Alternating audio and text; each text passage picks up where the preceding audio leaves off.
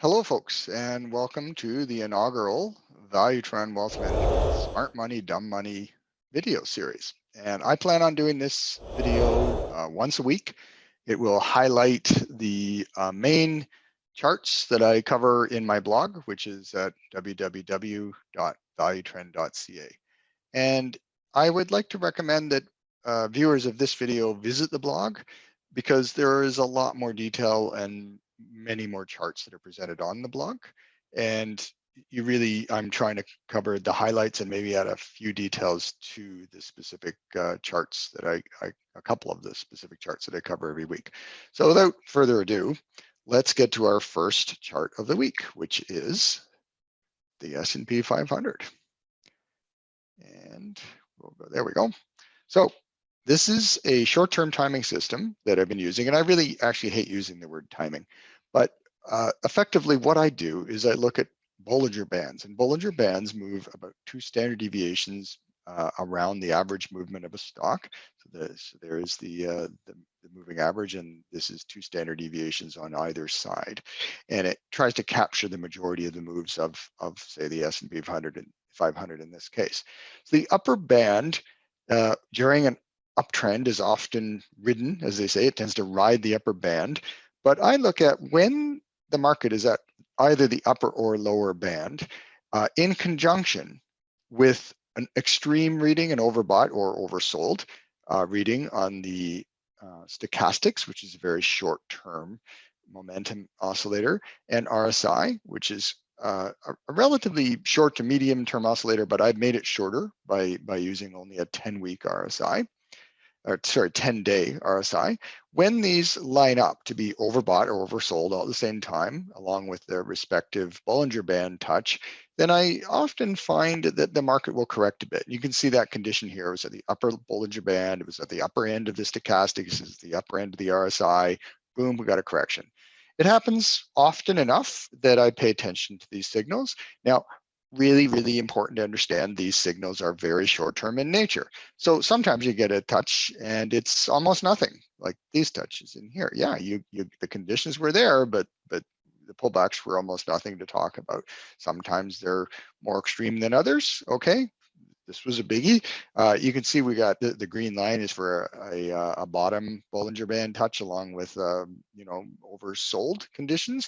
You can see we got a signal during the COVID crash. We did get a rally right there, but then it proceeded to carry on in its downtrend, and it's going to work both ways. These touches were in an uptrend. You got a short blip, and then boom, off we went. This one did signal the bottom, but it's not really meant to signal the bottom of major moves.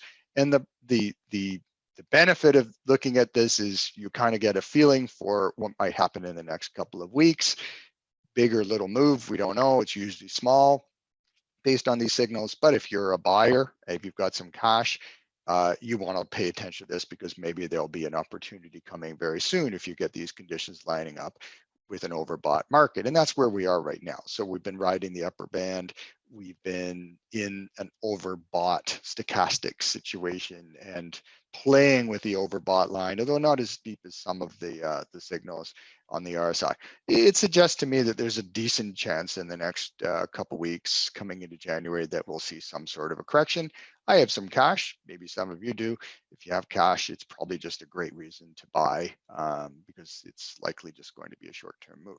So the next thing I want to look at is natural gas, and I covered natural gas on the one of the blogs earlier this week. So let's go right to the nat gas chart, which is here.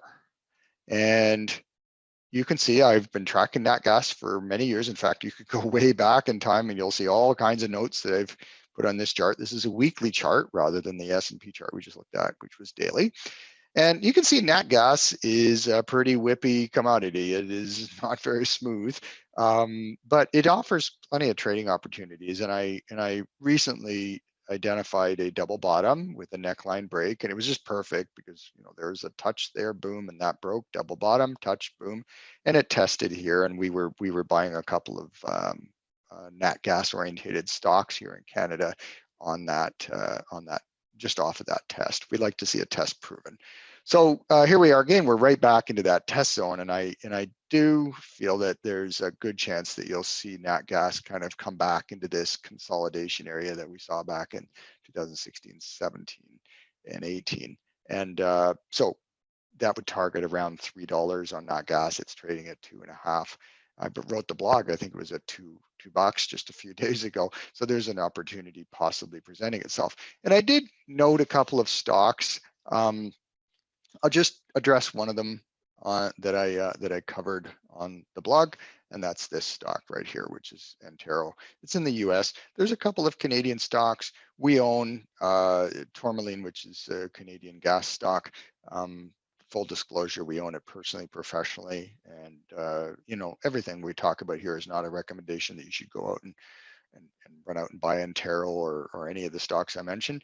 But Antero looks typical of this sector where it, you know, it kind of fell like a brick over the past few years, and then looks to have put in a bit of a bottom, and that could right here could be considered a neckline at around $4, and it looks to have broken that. So that's very, very encouraging. So for people who are looking at a higher risk opportunity, because nat gas obviously is pretty whippy, as you saw on the underlying commodity, and there's a reason why this stock and others like it have suffered over the past few years. But if you don't mind some risk capital in something, I think nat gas has a good opportunity for those with the tolerance. The upside, if it does work out to be a good trade, is probably into this old support level here, which is in the $16 area. Well, you do the math, $5.5 to 16, and you're into almost a three bagger. Who knows, right? We don't know if that'll happen. And I certainly would encourage you to do your homework before buying any natural gas stock, but it looks to me like there's some reason to at least examine this area. So thank you very much for watching. And I would just finish with encouraging you to read the blog, which is at www.valuetrend.ca. Also, refer people to this video series, refer people to the blog, because it's free and it offers great information. And the more people that participate in on the comments section, the merrier. The final thing I want to mention is that if you personally have need for portfolio management services, we're not pushy people, but this is how we get our word out, and we display all the time through our educational series such as this how we do things. So we are conservative investors. We pride ourselves in our lower volatility, and if you or someone you know might need that kind of portfolio management, then please consider our services. Thank you for watching. I'll be back next week with a new video and 2 new blogs. Happy New Year. Hopefully 2021 is going to look anything like 2020 from a human point of view, but certainly if it looks anything like the latter half of 2020 from a stock market point of view, should be a pretty exciting time. Have a good New Year, and we'll look forward to seeing you in a week.